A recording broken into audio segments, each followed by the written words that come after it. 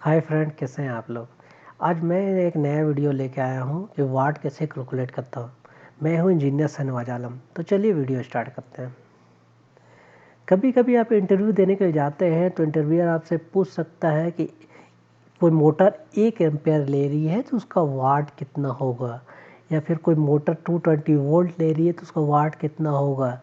तो आप इंटरव्यूअर को ये बात बोल सकते हैं कि हम आपका क्वेश्चन पूरा नहीं है, ये इसका डिटेल मुझे कुछ ज़्यादा चाहिए, तब मैं आपका आंसर दे सकता हूँ। जिससे अगर कोई आपको P बराबर होता है V इंटू आई, मतलब P बराबर वाट, V into voltage, I into current. आपको ये तीनों चीज़ में कोई ये दो चीज़ मालूम होना चाहिए, तब आप तीसरा चीज़ निकाल सकते हैं, नहीं तो नहीं निकाल सकते हैं। और इसके अलावा भी आपको ये बात मालूम होना चाहिए कि ये जो पावर आपको चाहिए डीसी का चाहिए, या सिंगल फेज एसी का चाहिए, या 3 फेज एसी चाहिए, क्योंकि तीनों का पावर अलग अलग होता है। तीनों का पावर का फार्मूला अलग अलग होता है, अलग तरीके से कैलकुलेट करते हैं। अभी मैं हम लोग सिर्फ ये जानते हैं कि ये तीन चीज़ में दो चीज़ हमको क्यों चाहिए। मैं एग्जांपल थ्रू आपको समझाता हूँ थोड़ा। जैसे आप समझते हैं ये बकेट है, ये बकेट 20 लीटर पानी इसमें अटता है। अगर कोई आपको बोलता है कि ये एक बार में 1 लीटर पानी जा रहा है तो 20 लीटर पानी भरने में इसको कितना टाइम लगेगा, तो ये इस वजह से आप बता नहीं सकते कितना टाइम लगेगा, क्योंकि आपको ये बात मालूम होना चाहिए कि 1 लीटर पानी कितनी देर में इधर जा रहा है। 1 सेकंड में जा रहा है, 1 मिनट में जा रहा है। अगर 1 सेकंड में जा रहा है तो 20 लीटर पानी भरने में 20 सेकंड लगेगा। अगर 1 मिनट में जा रहा है तो 20 लीटर पानी भरने में 20 मिनट लगेगा। या जो भी टाइम है आपको बताया जाएगा, उस हिसाब से टाइम आप कैलकुलेट कर सकते हैं। जब आपको मालूम ही नहीं रहेगा कितना टाइम में कितना पानी लीटर जा रहा है, तो आप कैसे कैलकुलेट कीजिएगा। उसी तरह से जैसे आप इलेक्ट्रिकल एग्जाम्पल लेना तो चाहे तो ये ले सकते हैं। जैसे इंटरव्यूअर आपको बोलता है ये मोटर है, 1 एम्पेयर ले रहा है, तो पावर क्या है।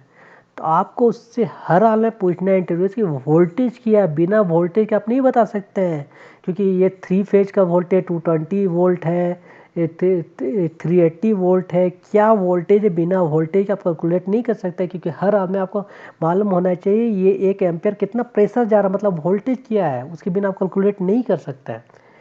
और मैंने आपको ये भी कहा था कि ये डीसी का है, सिंगल फेज एसी का पावर चाहिए या फिर 3 फेज एसी का पावर चाहिए। तीनों का कैलकुलेशन अलग अलग होता है, इसके बिना आप नहीं कह सकते। मैंने ऐसा क्यों कहा था, चलिए देखते हैं।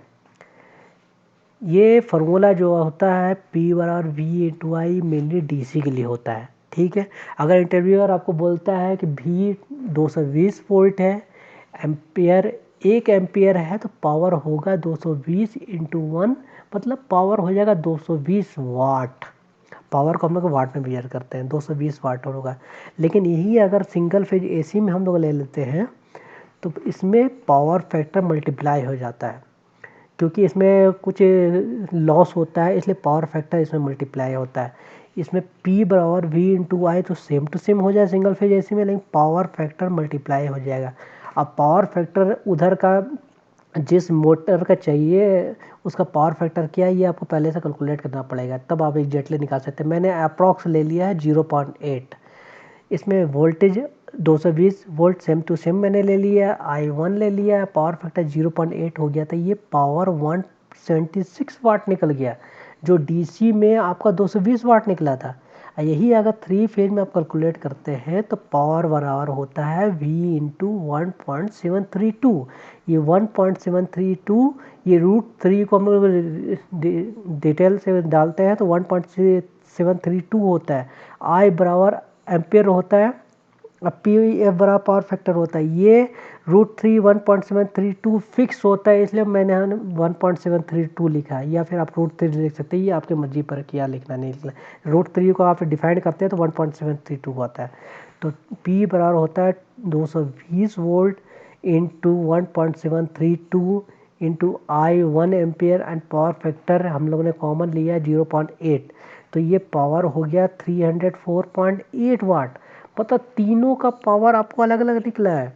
इसलिए आपसे अगर कोई इंटरव्यूअर पूछता भी है तो आपको तो पावर वाला वोल्टेज एम्पेयर चाहिए चाहिए, लेकिन उसके साथ साथ साथ उसको ये भी पूछना है कि डीसी के लिए चाहिए, सिंगल फेज एसी के लिए चाहिए या 3 फेज एसी के लिए चाहिए, क्योंकि सबका पावर अलग अलग होगा।